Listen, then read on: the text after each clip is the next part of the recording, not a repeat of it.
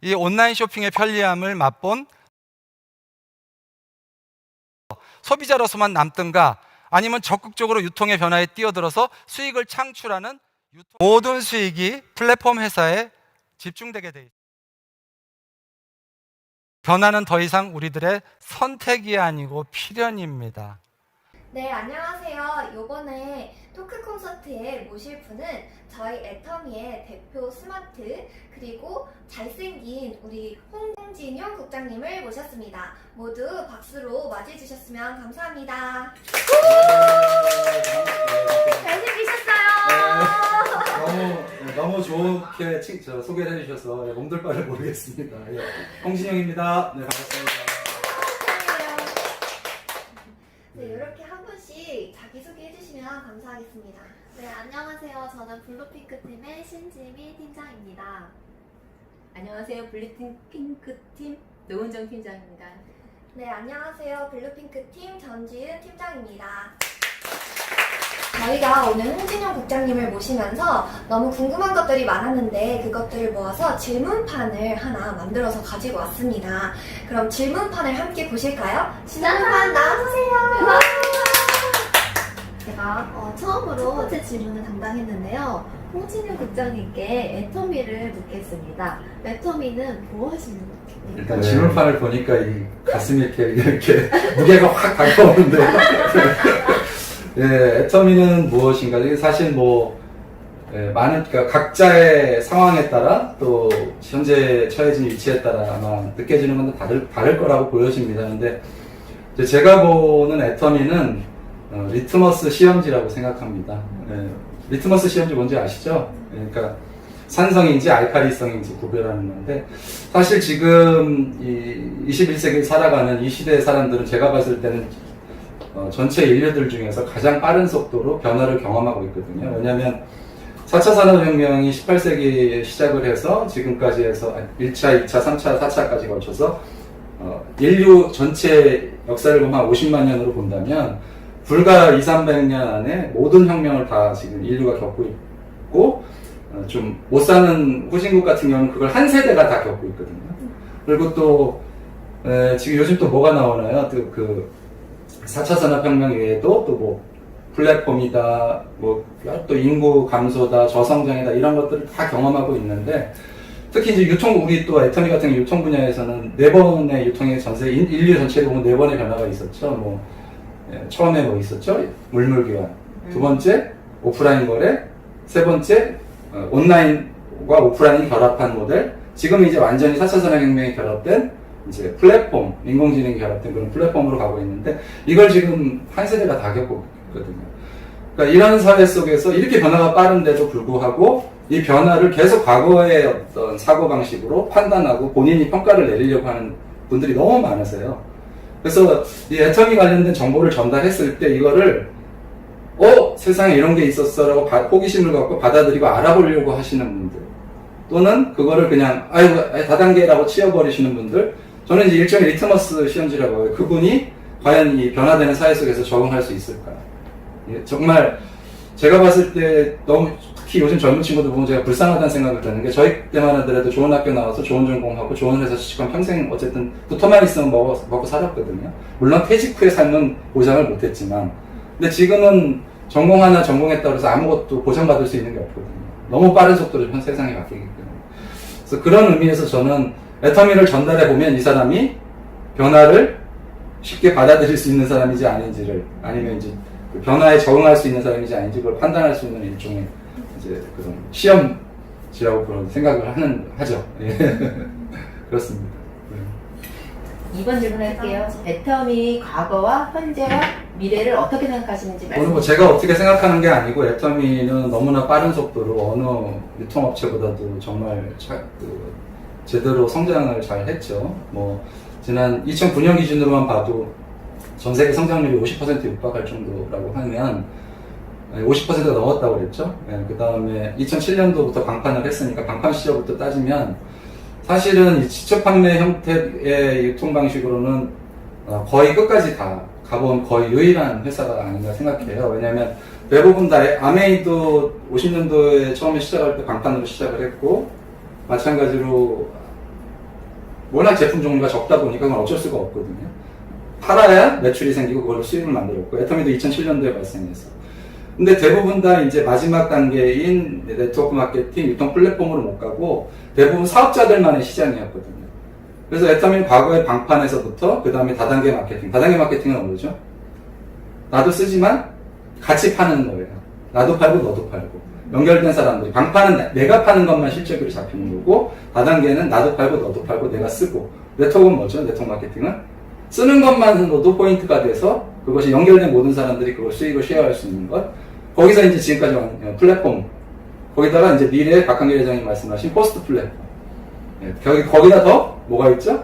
퍼스널 플랫폼. 네, 저는 이번에 박한길 회장님이 그 확장 현실, XR이라고 하죠. 가상현실, 증강현실, 그 다음에 믹스드 현실, 혼합현실, 이게 다 뭉뚱그린 그 확장현실을 애터미 쇼핑몰에 적용시키기 위해서 수십억을 투자하셨다는 말씀을 듣고, 진짜 이렇게 전율이 느껴지더라고요. 예. 전 세계 과연 어떤 회사가, 일반 유통회사들도 쉽지 않은데, 네트워크 마케팅 회사 중에서 이렇게 발빠르게 미래 유통을 준비하고 있는 기업들이 과연 있을까? 저는 유일하다고 보거든요. 그래서, 그러면서 회사는 어쨌든 애터미라는 이 회사가 전 세계로 빠른 속도로 퍼져나가고 있는데, 사업자들이 정말 정신 차려서 과거의 어떤 불합리한 그런 그 원칙 중심에서 제외된 행동들을 빨리 멈추고, 여기에 정말 제대로 된 원칙 중심적인 이 사업을 같이 병행한다면, 회사가 이렇게 하고 사업자가 그렇게 한다면 이거는 성공할 수밖에 없는 사업이거든요. 저는 애터미의 미래는 사실 어떤 회사보다도 밝다고 생각합니다. 네. 세 번째 질문은 제가 할 건데요. 아직도 부정적이게 바라보는 일반인들에게 드리고 싶은 부탁 말씀. 글쎄요, 사실은 이제 사람과의 관계에 있어서 가장 대인관계가 어려운 이유는 뭐냐면요. 제가 생각했으면 그렇습니다. 문 손잡이가 안쪽에 있어요, 다. 그러니까 밖에서는 열 수가 없거든요. 그러니까 어떤 편견의 벽에 가로막혀 있는 그 사람의 문을 열기는 어렵죠. 네, 손잡이가 안에서만 열 수 있기 때문에. 그래서 사회적으로 여러 가지 그 안에 있는 손잡이를 열 수 있는 방법들을 가리키는 그런 학문들도 있고, 많은 서적들이 있는데, 저는 이 부정적인 생각을 하신 분들한테 꼭 말씀드리고 싶은 부분들이 있어요. 이제 첫 번째는, 제가 질문을 거꾸로 드려볼게요. 만약 인간이 10,000년을 살았다면, 그분이 요즘 사는 만 년 전에 태어나서 10,000년 동안 살았단 말이에요. 그럼 그분들이 정말 요즘 태어나시면서 사셨던 사람들보다 더 똑똑할까요? 사실은 이제 생각을 별로 안 해보셨을 테니까 제가 답을 드리면, 제 생각을 말씀드리면, 지구가 평평하다고 생각했던 시대에 지식이 무슨 의미가 있냐는 거예요. 그죠? 근데 지금은 불과 2, 3년이면 그 전에 인류가 태어나서 지금까지 생겼던 지식의 2배가 그대로 생기거든요. 2년, 3년 만에. 그러니까 10,000년을 살든 10만 년을 살았든 결코 현명한 게 아니거든요. 그럼 과거에 내가 갖고 있던 생각은 언제든지 틀릴 수 있다는 생각을 누구나 하고 살아야 되는 사회인 거죠. 그죠? 근데 지금 사실은 이제 인간의 어떤 심리적인 현상이긴 한데, 일반화의 오류를 너무 쉽게 범하는 부분이 사실은 네트워크 마케팅 부분이에요. 그러니까 우리나라에 91년도에 아메이가 오픈했죠. 네, 근데 89년도인가 그때 재팬나이프가 자석열을 들고 들어와서 사회적으로 큰 무리를 일으켰죠. 대학생들 막 합숙시키고 막 해가면서. 근데 그러니까 모양이 비슷하다고 그래서 비슷한 이름의 포장지에 쌓여져 있다고 그래서 그 포장지에 쌓여있는 내용물을 사람들이 다 확인하지 않는 거죠. 이를테면 이제 경상도 남자 1, 무뚝뚝하다. 2, 무뚝뚝하다. 3, 무뚝뚝하다. 확인했어. 나머지 볼 것도 없어. 그럼 나머지 경상도 사람들은 무슨 죄예요? 그죠? 네, 알아보려고 하지 않는다는 거죠.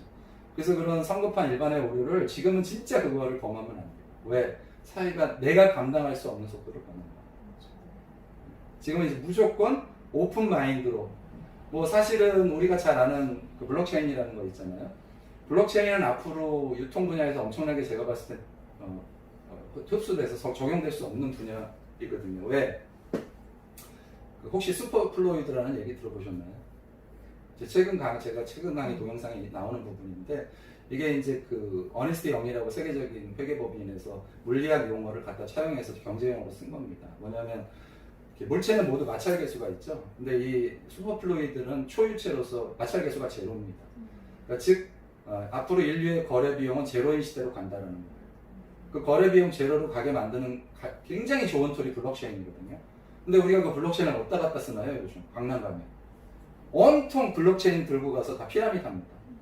그럼 블록체인이 나쁜 거예요? 아니란 말이에요. 똑같은 것만.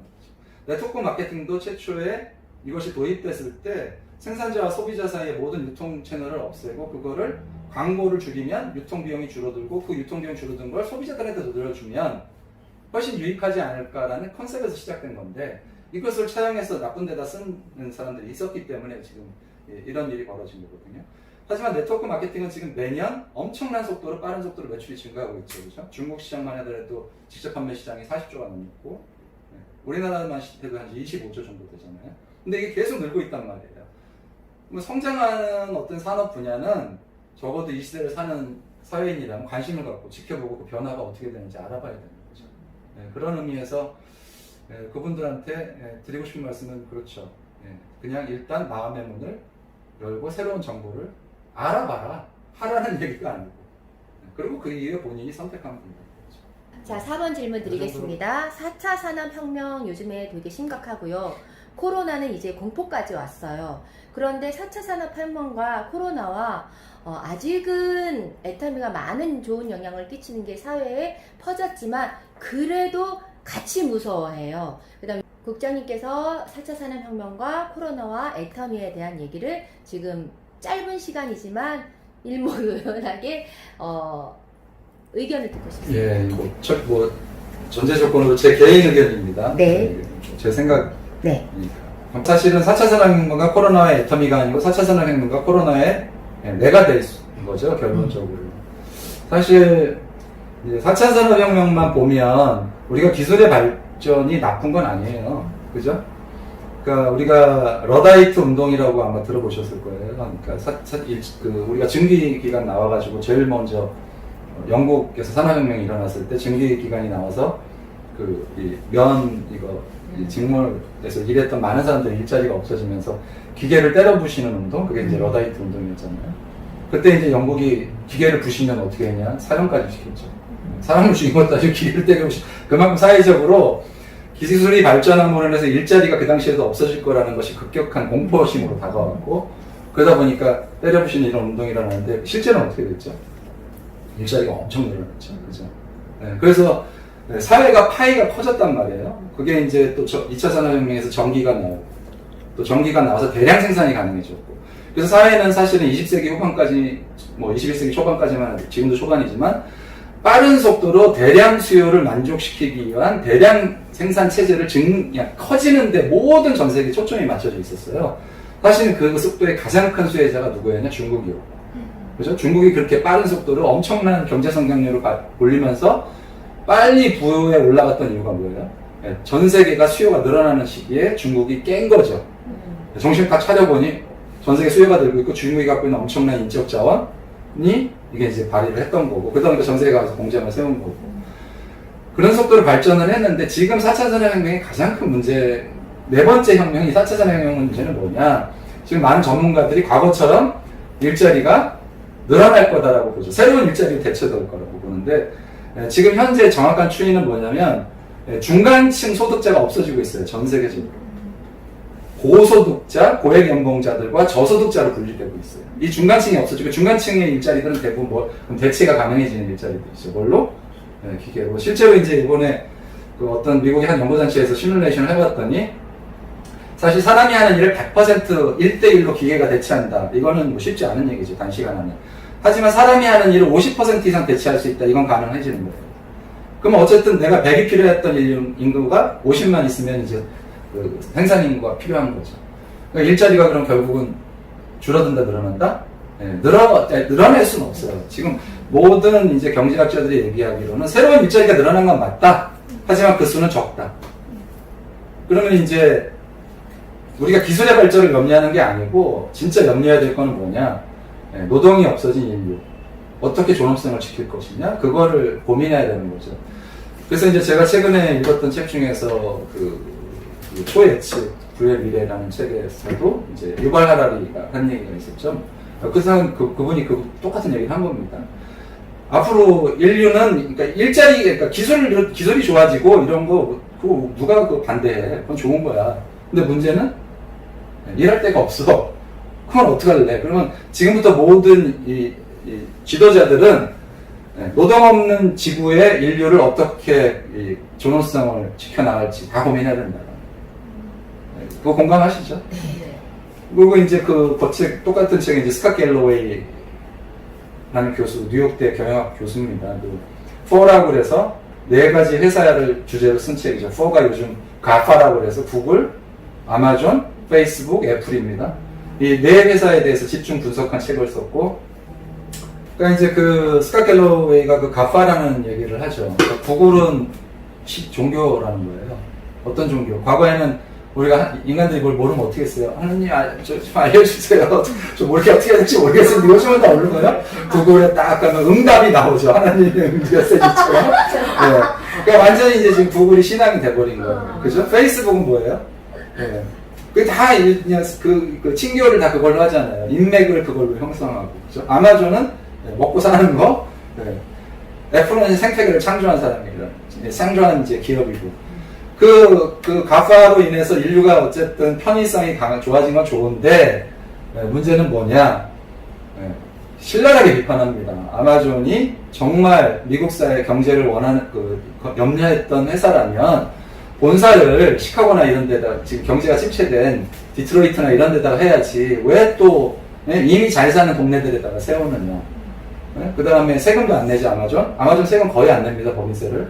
전 세계 그렇게 탑인데도, 왜? 모든 걸 경비로 다 쳐떨어버리고 투자해버리고, 그리고 아마존의 그 모토가 그거잖아요. 이익을 내지 않는 게 모토예요. 왜? 값싸게 빠르게 공급한다는 게 때문에 모든 서비스를 글로 집중시켜버려서 모든 유통업체를 다 없애버리겠다. 심지어는 그래서 이제 유발 하라리 교수가 한 얘기가 그거예요. 앞으로 30년 후, 20년 후면 전 인류는 토마토를 아마존에 가서 사 먹어야 된다는 얘기를 했죠. 그래서 이제 스캇 갤러웨이 교수가 한 얘기가 그겁니다. 다 분사시켜야 된다. 아마존 자기자기 쪼개버리고 애플 쪼개버리고 다 쪼개야 된다는 거예요. 그래서 과거에는 그 스탠다드 오일이라는 얘기, 그 회사가 록펠러가 만든 회사잖아요. 록펠러가 어마어마하게 불법적인 행동으로 독과점을 했거든요. 그 석유 시장을. 그래서 스탠다드 오일을 분사시켜자는 얘기를 그 독과점 방지법을 해가지고서 그때 무슨 갑자기 생각이 안 나는데 아무튼 그 법이 만들어지고 하면서 해체시켜버립니다. 1900년대 초반에. 록펠러 하나였을 때보다 사회가 훨씬 더 풍부해졌어요. 훨씬 좋은 효과가 일어났죠. 미국의 사실 독과점 방지법은 굉장히 강력하거든요. 지금 AT&T라는 통신회사 아시죠? AT&T 통신회사가 미국 통신회사, 거대 통신회사인데 그 전에 벨이라는 회사였는데 그걸 다 분사시켜버린 거예요. 독과점 방지법으로. 굉장히 사회적으로 어떤 좋은 효과를 만들어냈단 말이에요. 근데 그런 미국이 왜 이 가파에 대해서 침묵할까? 그죠? 지금 아마존의 이 영향력 어마어마하거든요. 구글 마찬가지예요. 과거 같았으면 다 잘라버렸을 거란 말이죠. 미국이 독과점 방지법을 들어서. 근데 왜 놔둘까요? 질문 드리는 거예요. 난 대답해보세요. 왜 놔둘까요? 이건 제 생각입니다. 원활한 방송을 위해서 빨리 말씀하시는 게 네, 나을 것 같아요. 알겠습니다. 네, 시간을 길게 내셔야 될 겁니다. 자, 한번 생각해 보세요. 과거에 미국이 독과점 방지법을 할 때는요, 시장이 각 나라별 시장이었어요. 그렇죠? 그러다가 이제 어떻게 됐습니까? 미국이 이제 전 세계 석유 유통 채널을 확보하기 위해서 글로벌라이제이션이라는 걸 미국이 가속화시켰고, 그 다음에 이제 전 세계가 지금 온라인이라는 것이 하나가 돼버렸죠. 그러면 지금은 미국 안에서 경쟁하는 게 의미가 있어요, 없어요? 없단 말이에요. 그러면 미국의 탑이 전 세계 탑이 될 수도 있고, 지금 미국의 탑이 중국의 알리바바와 싸워야 되는 거예요. 근데 미국에서 독과점을 방지한다고 그래서 해체해버리면 경쟁이 될까요? 네. 결국은 자국산화 보호를 위해서 사실은 제가 봤을 때 그냥 방치하는 거거든요. 근데 여기서 가장 큰 희생자는 누굴까요? 결국은. 네, 결국은 일반 소비자입니다. 일반 소비자. 왜? 일자리가 창출되지 않아요. 그죠? 네, 세금도 내질 않아요. 그죠? 네. 뭐 국가의 입장에서는 장기적으로 놔두면 전 세계 시장을 다 먹어서 나중에 세금을 흡수할 수 있을지 모르지만 정부 국민들 입장에서 보면 일자리도 줄어들고 세금을 내지 않기 때문에 새로운 사회적 뭐 어떤 돌려받을 수 있는 그런 자산 이제 어떤 방어력이 낮아지는, 점점 허물어지는 거거든요. 그러니까 그런 상황 속에서 사실 어떤 기업들이 살아남을 것인가. 그래서 제가 그래서 이제 과거 석세스 아카데미 때 제가 강의를 주제로 이제 삼고 싶었던 게 그런 부분이었어요. 우리가 왜 가치를 중요시 여겨야 되는, 왜 기업을 결정할 때, 이익만 그렇게 내가 편한 것만 따지면 결국은 다 소비자들이 희생양이 되는데, 결국은 그런 제가 말씀드린 파타고니아 같은 기업들, 자연을 지키겠다는 신념을 가지고서 몇십 년 전 옷을 거꾸로 팔잖아요. 제발 좀 그거 사입으라고 하잖아요. 그래야 공기가 잘 좋아지고 뭐 이런 얘기들을 하거든요. 그걸 이제 그게 어떤 공감하는 소비자들은 그 물건만 쓰게 되는 거죠. 그 수호지에 보면은 그 최천행거라는 그 양산박의 도적 소굴에 기치가 그겁니다. 최천행 뭐죠? 하늘을 대신해서 도를 행한다는 거거든요. 그러니까 도둑들도 모아놔서 큰 기치를 만들면 거기서 어떤 행동이 나와요? 사실은 앞으로의 제가 봤을 때 기업들, 특히 소비자가 선택해야 되는 기업들은 사실 그런 기업들을 선택해야 되는데, 애터미가 지향하는 부분이 저는 그런 부분이 너무 잘 일치한다고 보거든요. 사실 어떤 기업이 어딘가에서 늘 기부하는 기업이 있을까요? 나중에 꼭 기부하고 나서 알잖아요. 그랬다. 보통 일반적인 데서는 기부한다는 광고하죠. 딱 신문기사들 쇼대하고 이러잖아요. 근데 애터미는 제가 보면 늘 어딘가에 기부하고 나서 그랬다고 얘기하시거든요. 박한길 회장님. 그리고 그 기부를 하늘이 준 나한테 선택이 아니고 나한테 준 사명이라고 하시잖아요. 거기에 또 영향을 받아서 많은 또 이 선배 사업자님들이 또 기부도 하시고. 그리고 기본적으로 사업 구조 자체가 매출의 35%를 돌려드리는 구조죠. 그것도 이제 우리나라가 사실 법으로 제한해서 35%인 거지. 그것도 뭐 법으로만, 이게 정말 선순환 구조로 들어가면 법으로 막을 이유가 없는 거거든요. 그렇죠? 그러면 정말 전 세계에서 모든 국가가 애터미가 추구하는 그 방향을 이해한 소비자들이 정말 이 애터미 우산 안에 모여들이고, 그 안에 성공자들이 나오고, 그 성공자들을 통해서 거꾸로 사회에 또 기여를 하게 되고, 이런 가치와 맞닿게 되는 사회. 그것이 그렇게 되면 저는 4차 산업혁명이 아니라 코로나라도 마찬가지죠. 코로나가 우리가 힘든 이유가 뭐예요? 뭐 우리 김미경 작가 같은 경우에는 위기가 아니고 새로운 세상으로 들어가는 문이 열렸다라고 지금 그러잖아요. 그러니까 새로운 세상으로 들어가려는 문이 열렸는데 대부분 다 어떻게 들어가는지 모른단 말이에요. 그 방법을 지금 애터미가 제시해주고 있는 거거든요. 그래서 사실은 이 애터미 사업을 전달을 하실 때 우리가 저도 잘은 못하지만 사실 뭐 저도 잘은 못하지만 단순히 이걸 돈을 벌 수 있는 툴이라고 생각하는 것보다는 사회를 변혁시키고 개혁시키는 방향으로 올바른 4차 산업혁명 시대에서 올바른 기치를 우리가 세울 수 있는 혁명가로서 이 일을 한다라고 생각하면 힘들 일이 없죠. 그죠? 그래서 저는 이제 이 사업을 하시면서 힘들어 하시는 제 파트너들한테 저도 이제 많은 성공학 서적을 읽어보면 나폴레옹이 뭐 성공의 13단계는 제가 아예 강의 수백 장의 프레젠테이션 파일을 만들어서 강의를 하고 있는데, 지금 이제 오프라인 안 하고 있지만, 그 외에 많은 서적을 읽다가 최근에 제가 읽은 책 중에 더 해빙이라는 책을 읽으면서, 맞아. 이걸로 그러니까 그 하나로 싹 이렇게 귀결이 되는 부분이 뭐였냐면, 우리 박한길 회장님도 늘 말씀하시기에 생생하게 글이라면 이루어진다고 말씀하시면, 전 그거 믿거든요. 정말, 내가 그냥 꿈에서 그냥 벤츠를 타고 그냥 있는 게 정말 내 차인 것처럼 이렇게 생각하고 막 하면, 그렇게 행동하면 어떻게 돼요? 이루어진다. 근데 그게 이제 그 이소연 작가의 그 해밍이라는 책에 딱 그 부분이 정확히 나오더라고요. 물질이 먼저냐? 에너지가 먼저냐? 많은 사람들은 물질이 없으면 에너지가 없어. 근데 세상은 그게 아니고 에너지가 먼저고 물질이 있는 건데, 마음속에서 내가 정말 그런 높은 사회적으로 가치를 실현하고 이상을 실현하겠다라는 애터미 기치 아래 같이 한번 온몸 바쳐봐서 바꿔보자 라는 그런 에너지가 있다면, 지금 현재 수입이 좀 안 되고 물질이 부족한 게 그게 크게 문제가 되냐는 거예요. 지금 코로나 때문에 사람 만나고 어려워, 그게 이렇게 문제가 되냐는 거예요. 근데 많은 사람들은 지금 어려워, 코로나 때문에 사람 못 만나, 그러니까 에너지가 없어져. 그렇죠?